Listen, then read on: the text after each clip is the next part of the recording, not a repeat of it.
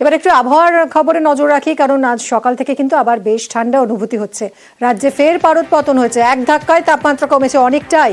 3 থেকে 5 ডিগ্রি তাপমাত্রা নেমেছে রাজ্যে।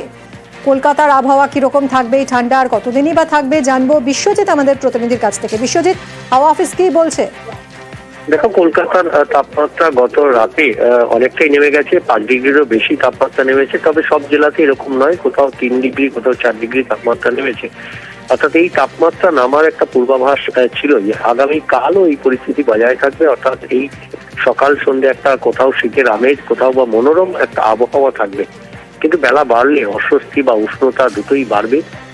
এই পরিস্থিতির মাঝেই রবিবার থেকে মঙ্গলবারের মধ্যে তাপমাত্রা আরো এক দফায় বাড়তে পারে, 2 থেকে 3 ডিগ্রি সেলসিয়াস বাড়বে। এবং সপ্তাহের মাঝামাঝি বা শেষ দিকে বজ্রবিদ্যুৎ সহ বৃষ্টি হতে পারে উপকূল ও উপকূল সংলগ্ন জেলাগুলিতে। আচ্ছা, অনেক ধন্যবাদ বিশ্বজিৎ। দক্ষিণবঙ্গের আবহাওয়ার খবর তো জানলাম, এবার উত্তরবঙ্গের দিকে একটু তাকাই।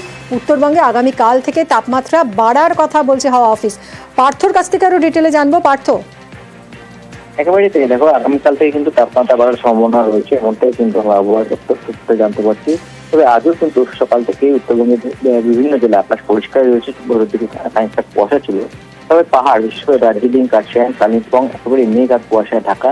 এবং পাহাড়ি উঁচু পার্বত্য এলাকা, দার্জিলিং এবং কালিম্পং এর উঁচু পার্বত্য এলাকায় বৃষ্টির সম্ভাবনা রয়েছে। সকাল থেকে আকাশ মেঘলা রয়েছে, বেশ কনকনে ঠান্ডা রয়েছে। দার্জিলিং এর টেম্পারেচার সকাল থেকে 6 থেকে 7 ডিগ্রি আশপাশে, সেখানে কালিম্পং এর তাপমাত্রা রয়েছে 9 ডিগ্রির কাছাকাছি। তবে আগামীকাল থেকে তাপমাত্রা বাড়ার সম্ভাবনা আছে এবং তার কিন্তু প্রভাব বিকেল থেকে দুপুরের পর থেকেই তাপমাত্রা বাড়ার সম্ভাবনা বাড়তে পারে। অনেক ধন্যবাদ পার্থ।